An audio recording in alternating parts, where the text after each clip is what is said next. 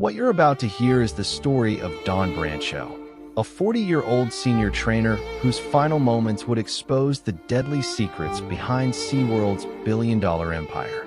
For years, Dawn believed she had formed an unbreakable bond with Tilikum, a massive 12,000-pound orca. But on one sunny February afternoon in Orlando, that bond would shatter in the most horrific way imaginable. This isn't just another workplace accident. What really happened that day has been systematically covered up by one of America's most powerful entertainment corporations, and the internal documents I'm about to reveal will change everything you think you know about marine mammal captivity. We've compiled exclusive evidence, witness testimonies, internal SeaWorld documents, and expert analysis that has never been shared publicly until now. Every detail of this investigation, from Dawn's tragic final moments to the corporate cover-up that followed her death, is documented in this video. If you want to stay informed about stories like this that expose the truth behind industries that put profits over human lives, make sure to subscribe to our channel and press the bell icon for notifications. We're one of the few channels willing to investigate these dangerous cover-ups, and your support helps us continue bringing you these critical stories that mainstream media won't touch. Dawn Brancheau wasn't just another SeaWorld trainer. She was the face of the company's most profitable franchise, appearing on promotional materials and narrating safety videos. Born in Cedar Lake, Indiana, Dawn had dreamed of working with marine mammals since childhood, earning a psychology degree focused on animal behavior before joining SeaWorld Orlando in 1994. Over her 16-year career, Dawn rose to become one of only a handful of senior trainers authorized to work in the water with Tilikum, the park's largest and most dangerous orca. She genuinely believed in her mission, often telling colleagues she was helping people connect with marine life. Dawn had this incredible ability to read the animals, recalls former colleague Samantha Berg. She was fearless in the water, but she also had this deep emotional connection to the orcas. She talked about them like they were her children. That emotional connection would ultimately prove fatal. Tilikum wasn't just another performing orca. He was a 22-foot, 12,000-pound killer whale with a documented history of human fatalities that SeaWorld had systematically concealed from both trainers and the public. Captured from Icelandic waters in 1983, Tilikum had spent over 2 decades in various marine parks, growing larger and more psychologically damaged with each passing year.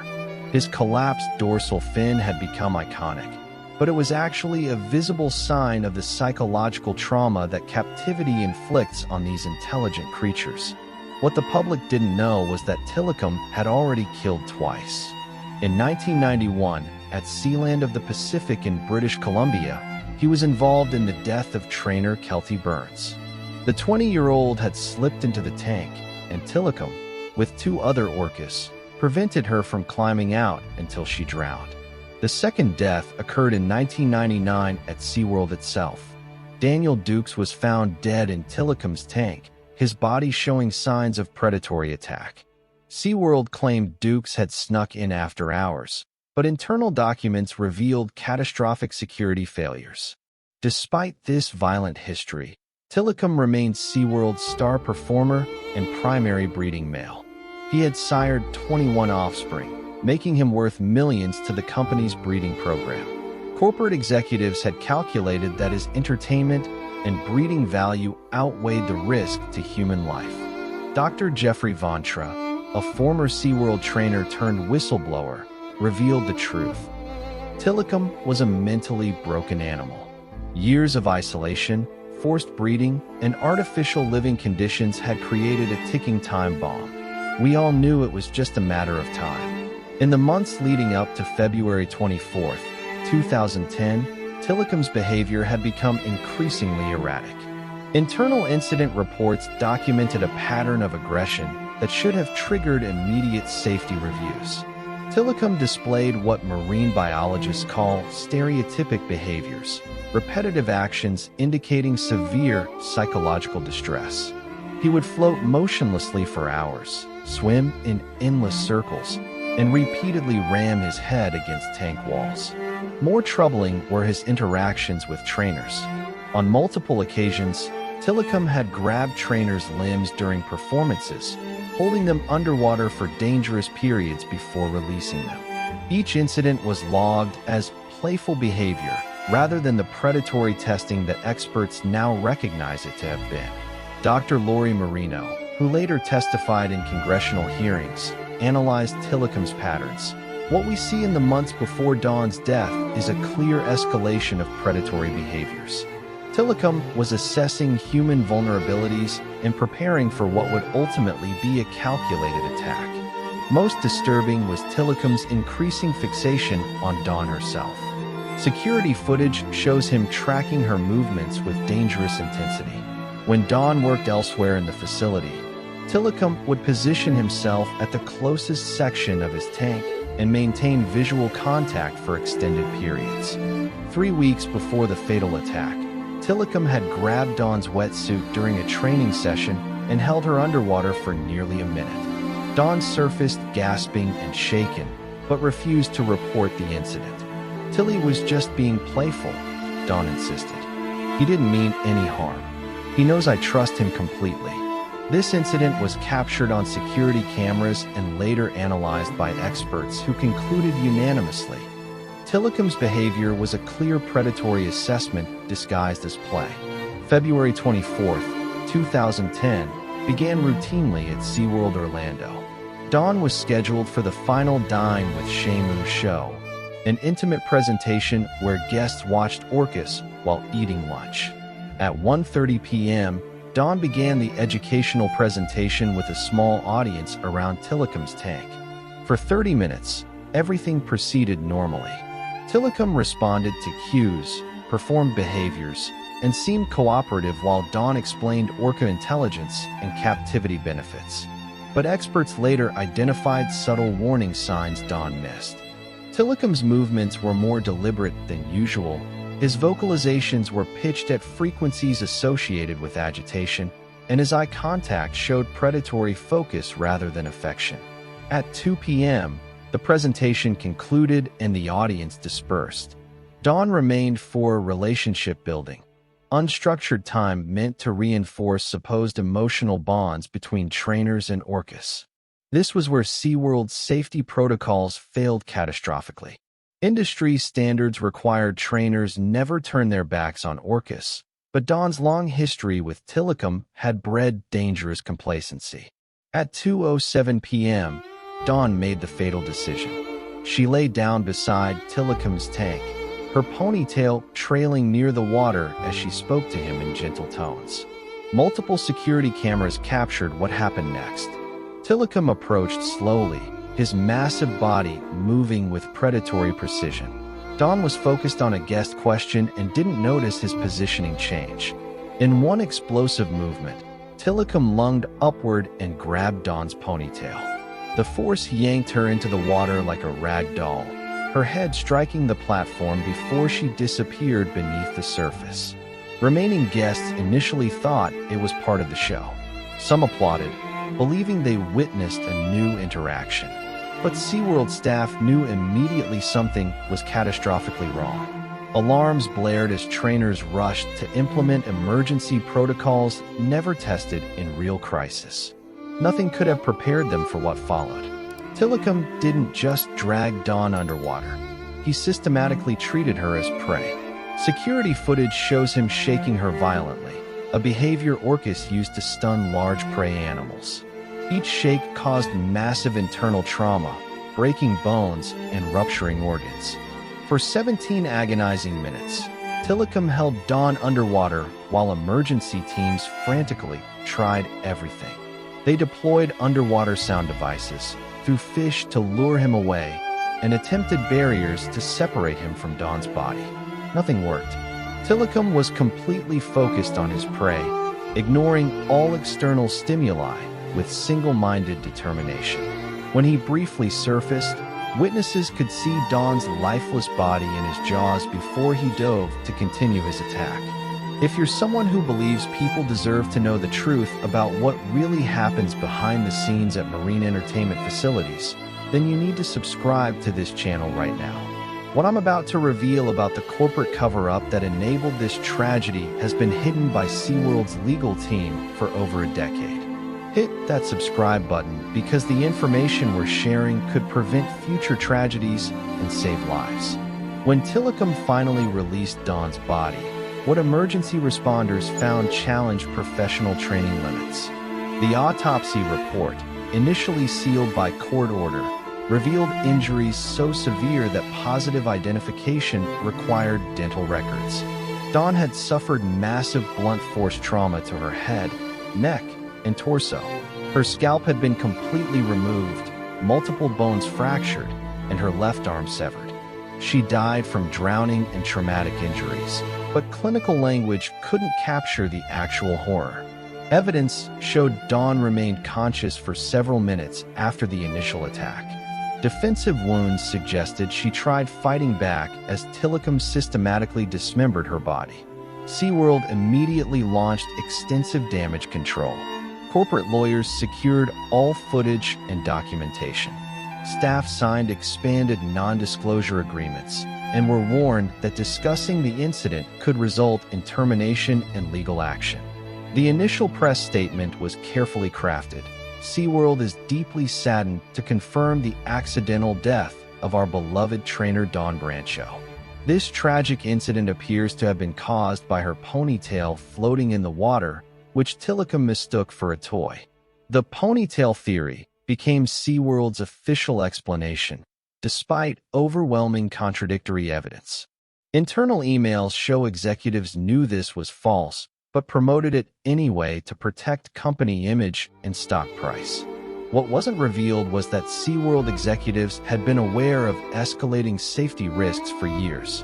Internal risk assessments from 2005 explicitly warned trainer fatalities were inevitable under current protocols, but recommended continuing operations due to significant financial impact of safer procedures. One damning document stated, "The current interaction model presents unacceptable risks to trainer safety, but alternative approaches would require fundamental changes to our show format and business model. Recommend maintaining status quo with enhanced legal protections." Federal investigation revealed systematic patterns of concealing safety incidents and deceiving trainers and public about true risks. SeaWorld had been involved in over 100 incidents involving trainer injuries over the previous decade, with most settled privately to avoid publicity.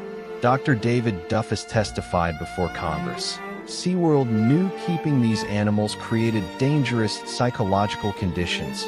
New trainer fatalities were inevitable and chose to continue anyway. Dawn Brancheau was murdered by corporate negligence disguised as entertainment.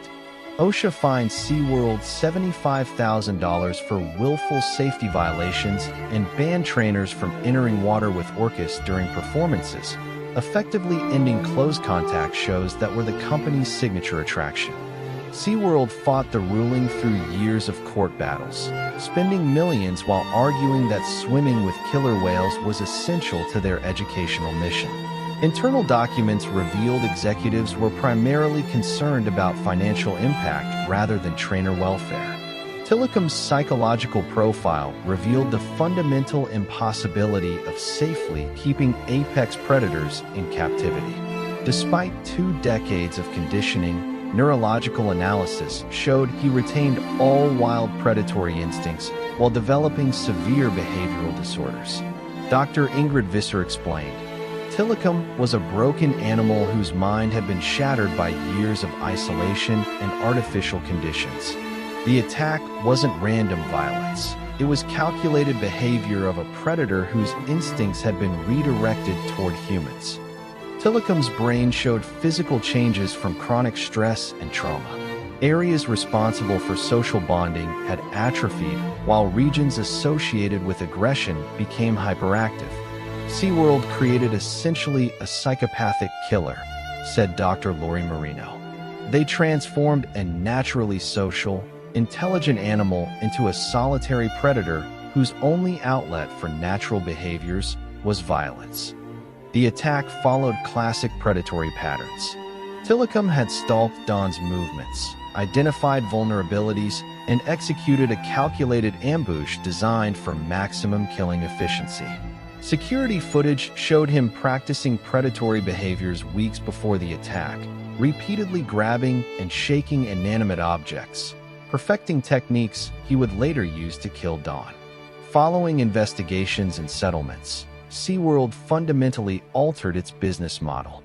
The company ended orca breeding, phased out theatrical shows with trainers in water, and transitioned to educational presentations.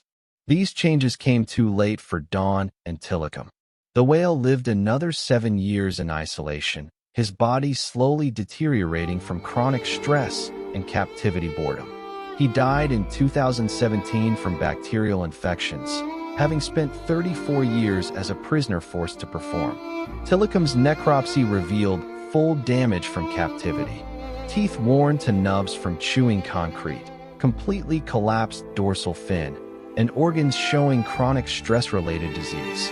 Tilikum's body told the story of what captivity does, said Dr. Brancheau. Every injury, every abnormality was caused by forcing an ocean predator to live in concrete. Dawn's death catalyzed global movement against marine mammal captivity. The 2013 documentary Blackfish brought international attention, leading to widespread SeaWorld boycotts and legislative efforts to ban the practice. Dawn's family used their settlement to establish marine conservation education programs, honoring her memory by working toward wild orca protection rather than seeking revenge. Dawn loved those animals more than anything, said her sister Diane Gross. But she was deceived by a company that turned her compassion into a weapon. We want people to know what captivity does to these magnificent creatures. The story forces us to confront uncomfortable truths about entertainment built on animal exploitation. Every marine park ticket supports systems that transform intelligent, social creatures into psychologically damaged performers whose natural behaviors become profitable tricks. These facilities don't create meaningful human-animal connections. They create dangerous illusions that inevitably lead to tragedy. Dawn's death wasn't an accident. It was the predictable result of prioritizing profit over welfare. Every performing orca represents potential future tragedy. Every trainer risks becoming another Dawn Brancheau, another victim of an industry treating both human and animal lives as acceptable entertainment losses. Dawn believed her love for Tilikum was reciprocated, that their relationship transcended normal boundaries. Her death proved no amount of human compassion can overcome captivity's psychological damage, and that imagined bonds exist only in our minds. Orcas belong in oceans, not concrete tanks performing for entertainment.